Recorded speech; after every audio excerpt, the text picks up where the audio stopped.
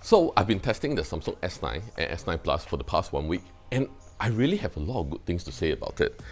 Although that it still looks like what the S8 looks like, there's not a lot of aesthetic change to it, but there are minor details that they actually change, which I feel that makes the phone even better than the S8. So they shifted the fingerprint sensor to the bottom of the camera, so now it's less likely for your finger to land on the lens instead of the fingerprint sensor. So this is one good thing, at least you know that Samsung is actually listening to your feedback. So Samsung actually added the front-facing stereo speakers. This is one great feature because it will give you a more immersive experience when you're watching a movie.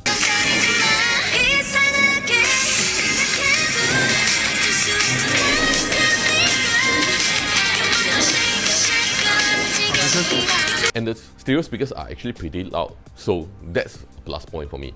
And Samsung also kept the 3.5mm jack if you need to use a wired headset. So the AR emoji on the Samsung S9 and S9 Plus is actually quite fun. So you will be able to create customized stickers for you to use on either your social media or even on your messaging platform. That is quite a neat feature that is not so restrictive when it compared to an emoji on the iPhone X. Hi everybody, I'm frowning. No, I love. For the S9 and S9 Plus, you can actually take better shots at night. When I zoom in, I can actually see the details are so crisp and sharp, and the noise are like almost not there. I'm quite surprised that it's actually very good. And these are all taken just using handheld mode and not putting it on a tripod. It's really amazing. There's a difference between the S9 and S9 Plus in terms of camera, because the S9 only comes with a single lens, whereas the S9 Plus actually has dual lens. The extra lens on the S9 Plus actually gives you a 2x optical zoom, just like the Note 8. The extra lens will actually let you take a live focus shot, so you'll be able to take a nice portrait shot with blurry background as if you're using a DSLR to take the shot. If budget is not a constraint for you, I would actually recommend you to get the S9 Plus instead of the S9. If you're thinking that the S9 is actually smaller and then easier to carry around, actually for me, I feel that there's not really a lot of size difference between the two of them. That's my recommendation to you. Because on the S9, they actually also have a similar effect from the live focus, which is called the selective focus, which uses the single lens and together with some algorithm.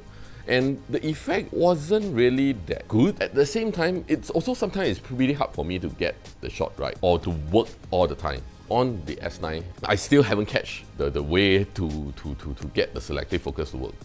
And I wonder why.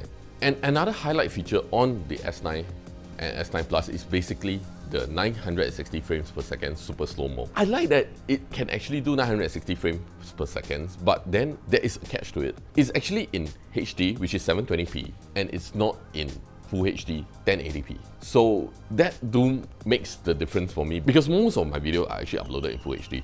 And 720p, the video can be quite a little bit pixelated after I enlarge it to 1080p. For me, I think that's an issue. If you are not, it's not an issue for you, 720p is fine for you, that's great.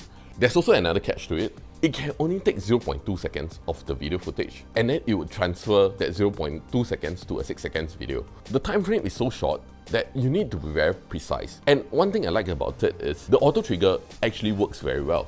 Take a look at the balloon shot. It's amazing. I mean, I tried it like for 5-6 times, and every shot I managed to get the burst. Overall, I think that the auto trigger was actually spot on. I also like how Samsung actually consolidate some of the useful apps into Bixby Vision, like automatic text translate,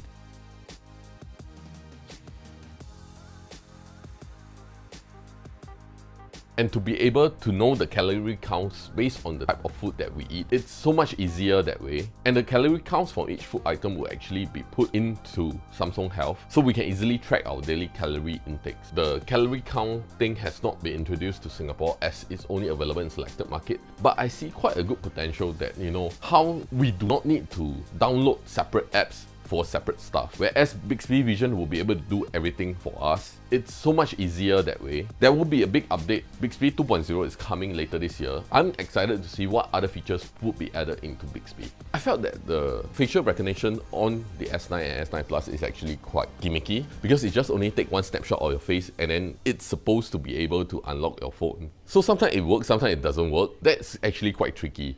So the most reliable part is actually still use your fingerprint sensor. It's not like the 30,000 word sensing feature that the iPhone 10 actually has. So it's actually not intricate enough to be able to use it for payment.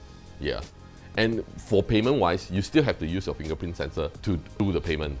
Unlike the iPhone 10, where they can use Face ID as authentication for your payment. So overall, I felt that the S9 and S9 Plus had actually improved greatly from the S8 and S8 Plus. So if you're considering to upgrade, I think it's actually worth it. And also with your S9 purchase, Samsung actually came out with the Samsung trade-in program. So it's actually quite easy to do the trade-in. It's easy for you to just download the app to see the trade-in value. If you think that the trade-in value is actually reasonable for you to do the upgrade, I think you should go for it. So this is my quick review for the S9 and S9 Plus. So if you like, please share and like this video. And maybe leave us a comment to see what other questions you have for the S9 and S9 Plus. See ya!